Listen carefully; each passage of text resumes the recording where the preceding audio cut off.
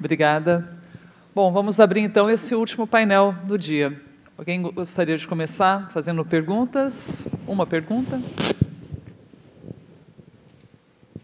Por favor, eu tenho ali um participante. Vamos esperar chegar o microfone. Tem outra pergunta? Ali, ó, por favor.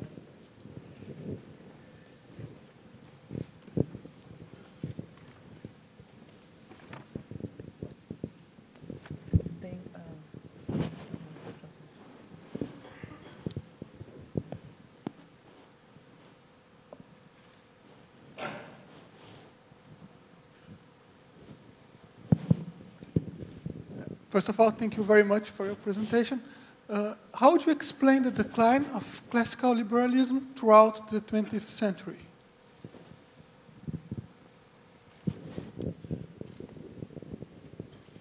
How would I explain the decline of classical liberalism throughout the 20th century? Well, again, we have to recognize that the classical liberals had very powerful enemies. Right?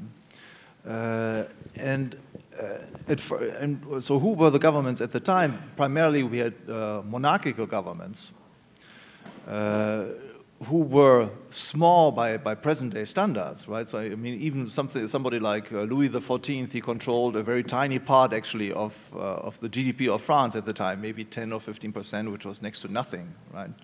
So, but still, so they resented the loss of power that was inflicted on them by the rise of the classical liberal movement. So what they did was, in a way, very similar to what the various parts of the US administration have been doing in the past 20 years, ever since the Soviet Empire collapsed.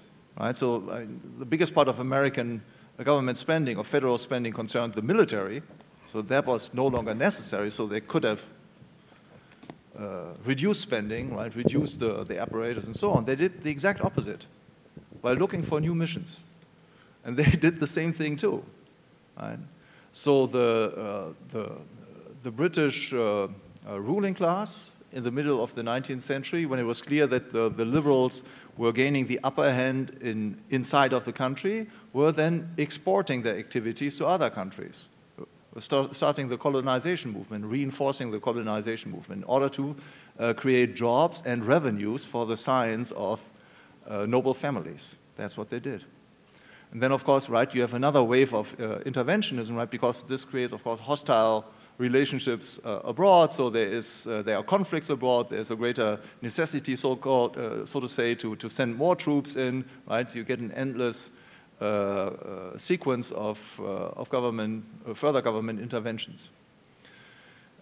So what they did was then, in a way, it was a very creative backlash. They invented new reasons to intervene and created new problems that the classical liberals had not yet addressed. Right? And forged new alliances. The most famous case was the one of Bismarck, so the representative of the old aristocratic ruling classes in Germany, who forged an alliance with the labor movement against the liberals. On the day when the German Allied forces had conquered Paris, it was the German-French War in 1870, 1871.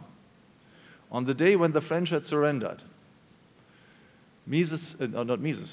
Bismarck, right? Bismarck said, "Oh, how happy are we that finally the frogs have surrendered," or something like this. He didn't say this. He said, "Now the German liberals are done." Now the German liberals are done. Okay.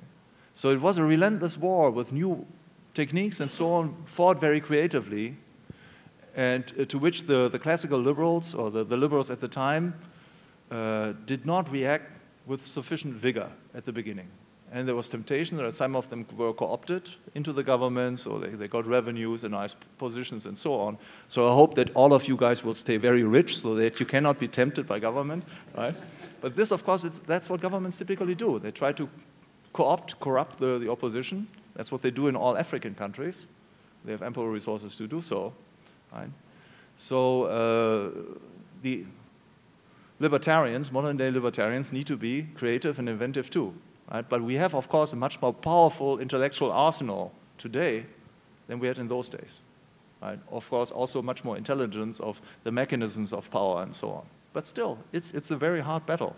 And I don't say it's won from the outset, but I'm very optimistic that we will win. Foi enviada uma outra pergunta, eu vou tentar traduzir.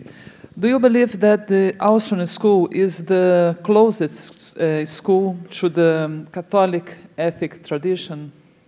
Yes, yeah. I myself, I'm a Catholic, and it's not just my personal fancy, but again, I see that this traces back many centuries into the past. Right? The first intellectuals who had gained an understanding of how market works, and that markets are by and large spontaneous formations, were Catholic intellectuals, and they combined this with Catholic theology. And I still think that that's the case today.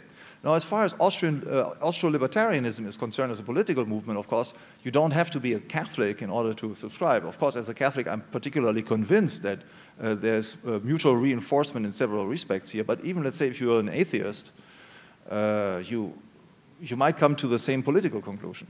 Right? Mais alguma pergunta da audiência?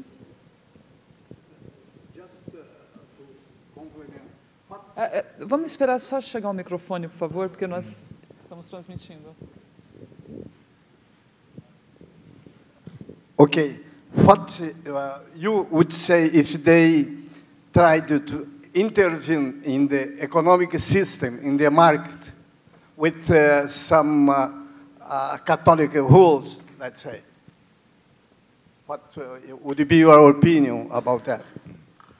Yeah, I think that this would be a violation of what the church should stand for, right? The church, as you know, right, has for many centuries been crystal clear about the question whether there should be forced conversions, for example. Right? So from the 16th centuries, the Pope has stressed this: there should be no forced conversion. We have to respect the natural liberty of each individual person, and so on. So, but if we are against forced conversions, then how can we force upon the population any other aspect, right, of Catholic doctrine? So this is contradictory, I think, and it would be destructive of religion, of organized religion. We see this in several countries in Europe. For example, in Germany, all bishops are paid by the state. All bishops are paid by the government out of church taxes collected by the federal government. France, it's similar. All right, the government pays for all churches and so on, for the maintenance.